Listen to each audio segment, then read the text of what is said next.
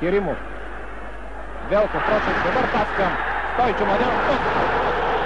Доста, правилно. Съвсем категорично Стойчо Младенов премина защитника.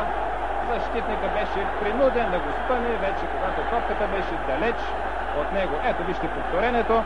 Стойчо Младенов му избягва и защитника в желанието си, може би с шпагат, да избие топката. Препъна Стойчо Младенов. Ламбер е категоричен, топката е на 11 метра пред Мюлер, а зад топката Ради Здравков. 3-0!